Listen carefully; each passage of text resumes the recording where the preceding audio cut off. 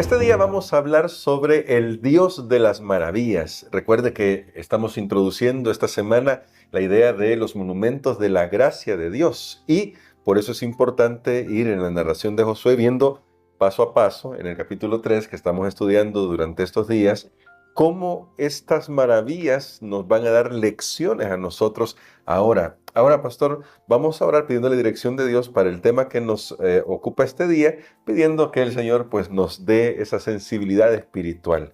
Querido Padre, gracias te damos porque para siempre es tu misericordia y nos enseñas en tu palabra a confiar en tu dirección. Amén. Gracias, Señor, por las maravillas que tú haces. Permítenos tener ojos espirituales abiertos para contemplar tus obras portentosas. Lo pedimos en el nombre de Jesús. Amén. Amén.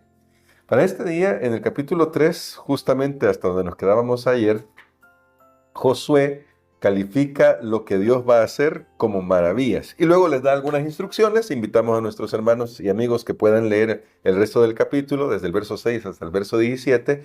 Y justamente me gustaría plantear esta pregunta. ¿Por qué Josué califica de maravillas esta obra de Dios?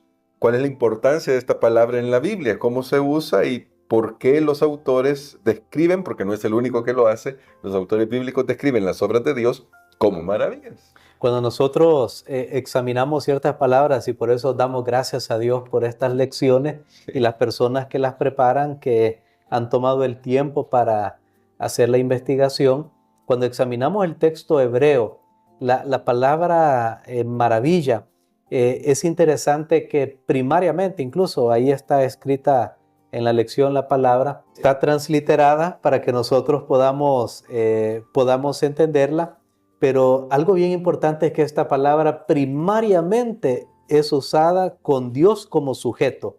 O sea, cuando nosotros vamos al texto hebreo, nos damos cuenta que esta palabra tiene como sujeto a Dios. ¿Y qué significa? Maravillas. Significa que son acciones que están más allá de los límites del poder o expectativas humanas. Wow. O sea, estamos hablando entonces de algo sobrenatural. Estamos hablando, como decir, algo fuera de este mundo. Estamos hablando de algo que es imposible.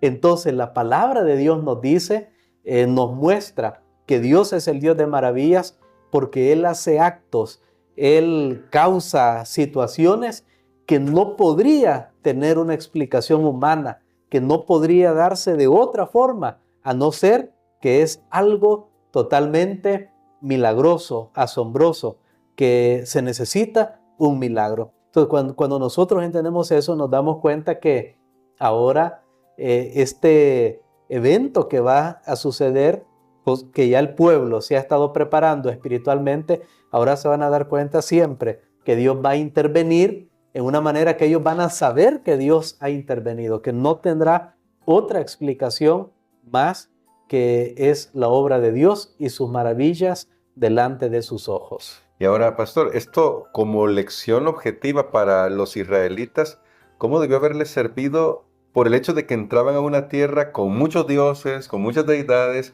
limitados a las circunstancias de la creación, cuando aquí vemos a un Dios que no se limita por su creación? Digo esto por el peligro que usted ya lo mencionaba ayer, que ellos iban a enfrentar sobre la idolatría y cómo esto también a nosotros nos debe hablar sobre este Dios que nosotros tenemos que nunca estará limitado por las cosas que nos limitan a nosotros. Sí, realmente cuando uno estudia, bueno, se da cuenta que en la mitología cananea, por ejemplo, Yam o Baal eran las deidades que dominaban las aguas, eran los dioses que ellos se habían fabricado. Por eso más adelante, cuando vamos al libro de Reyes, nos damos cuenta que Elías desafió a los profetas de Baal y mostró quién era el Dios que tenía poder sobre, en este caso, la lluvia, agua, quien tenía ese poder. Para los cananeos, mire, esto es algo bien interesante. Ellos se habían fabricado sus propios dioses que estaban detrás de las cosas que acontecían, cuando en realidad era Dios quien estaba detrás. Entonces, para el pueblo de Israel iba a ser bien importante ver que era el Dios Jehová, creador de los cielos y de la tierra, quien tenía control sobre todo esto, algo que vemos también incluso en el Nuevo Testamento, aquellos milagros que Jesús hizo cuando caminó sobre el agua, cuando él calmó la tormenta, etcétera. Eso era un control aún hasta esa época. Imagínense, desde aquí, de la historia de Josué, estamos hablando, hasta la época de Jesús, todavía la gente tenía el concepto que los demonios y los poderes oscuros habitaban ahí en las aguas y que las tormentas eran resultado de esos poderes demoníacos, de esa fuerza maligna. Y entonces Jesús, al mostrar su poder sobre eso, estaba mostrando también su poder sobre las fuerzas del mal.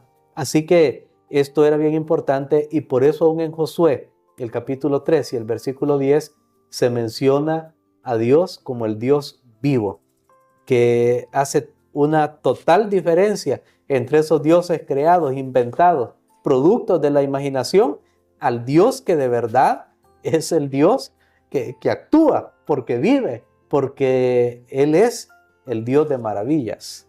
Esto es maravilloso. Ahora, como estamos también destacando los aspectos espirituales, pastor, y usted ya destacó también al Señor Jesús en el Nuevo Testamento y cómo Él con eso estaba demostrando su divinidad, su deidad al controlar la naturaleza.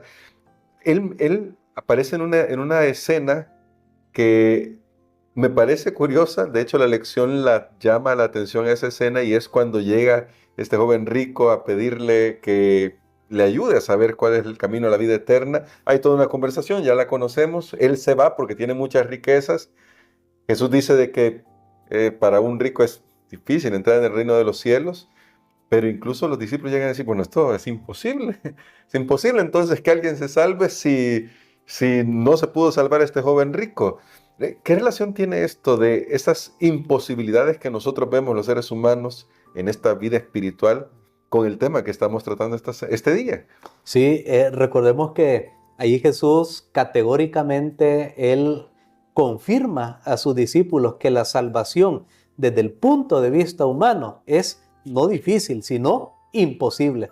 Por ejemplo, si alguien dice está difícil salvarse, no, está equivocada esa frase. Salvarse está imposible desde el punto de vista del hombre, de nosotros mismos. Apenas hemos llegado a la luna una vez en toda la historia de la humanidad, y llegar hasta donde está el trono de Dios es totalmente imposible para nosotros. Pero claro, eso hablando de algo material, de transportarse de un lugar a otro, pero y espiritualmente está todavía más difícil, porque el pecado ha creado una gran barrera entre nosotros y Dios. Pero entonces Jesús muestra que aquellas cosas que humanamente no pueden ser realizadas, ahora son posibles, porque Dios tiene poder y es el Dios de maravillas. Y ayer yo dije algo, y precisamente qué bueno que usted puso el énfasis en esta historia al final, porque ayer yo hice una declaración que ahora estamos en peligro mayor de idolatría. ¿No nos parece? A veces pensamos que idólatra solo es la persona que tiene visiblemente ahí algún objeto al cual aparentemente le rinde culto. Parece que eso es idolatría, pero ¿sabe qué? En la historia que Jesús trató aquí, bueno, que se encuentra en Lucas capítulo 18 de este joven rico, ¿cuál es el problema de él? Había un Dios para él y era el dinero. Sí. Ahora tenemos nosotros el poder, el dinero, la fama, el ego. Son dioses modernos que nos están impidiendo seguir a Jesús, y que soltar estas cosas para el ser humano es tan difícil, Sí. es tan difícil que parece imposible que alguien deje estas cosas para seguir a Jesús. Pero cuando permitimos la obra del Espíritu Santo en nuestra vida, creo que Él nos da la capacidad de poder elegir a Jesús por encima de estas cosas. De ahí tenemos entonces que Dios sigue siendo el Dios de las maravillas, que hace algo que nadie más puede hacer, y solo Él puede quebrar esas cadenas que a nosotros nos están atando. Que ayer estudiábamos también el proceso de la santificación, donde involucra romper con el pecado, romper con hábitos, romper con vicios. Dígame usted una persona tirada en la calle que ha perdido todo debido al vicio, y esta persona sabe muy bien. Yo he hablado con varios de ellos, y yo les dije, pues mira amigo, tú no sabes que esto te afecta. Sí, claro, pero es que no puedo. Sí. Ahora, allí es donde nosotros necesitamos a ese Dios de lo imposible. Amén. La necesidad del hombre, y a mí me gusta cómo lo expresa Elena White en un pensamiento que ella dice, la necesidad, la extrema necesidad del hombre es la oportunidad para Dios. Es lo que le da a Dios como el permiso de actuar en nuestra vida. Cuando creamos que algo parece imposible, ahí es donde Dios se manifiesta si nosotros lo miramos a Él. Qué tremenda lección, pastor, y por eso me gustaría que hoy orara por nosotros. Muchos tal vez estemos lidiando con estas cosas que nos parecen imposibles a nosotros, pero ya vimos, tenemos un Dios de maravillas, el Dios vivo, el único Dios vivo. Amén. Así que ore por nosotros para que hoy podamos rendirle nuestras vidas para que Él obre conforme a su grande misericordia. Amén. Padre, gracias te damos, Señor, por esta oportunidad que nos das de concentrar nuestra mente en tus actos poderosos que solo tú puedes hacer, más allá de nuestra imaginación y expectativas humanas. Gracias, Señor, porque tú eres el mismo ayer, hoy y para siempre, y estás dispuesto y estás haciendo una y otra vez maravillas también delante de nuestros ojos. Ayúdanos a asombrarnos de tus obras, a pausar un poco de las cosas de este mundo y contemplar y meditar en aquellas cosas que tú estás obrando. Ayuda, Señor, a alguien en este día. Ayúdanos a todos nosotros para que aquellos hábitos, vicios, aquellas cadenas, aquellos impulsos, deseos que dominan nuestras vidas puedan ser quebrados y Jesús pueda reinar supremo en nuestras vidas. Lo pedimos en el nombre de Jesús. Amén.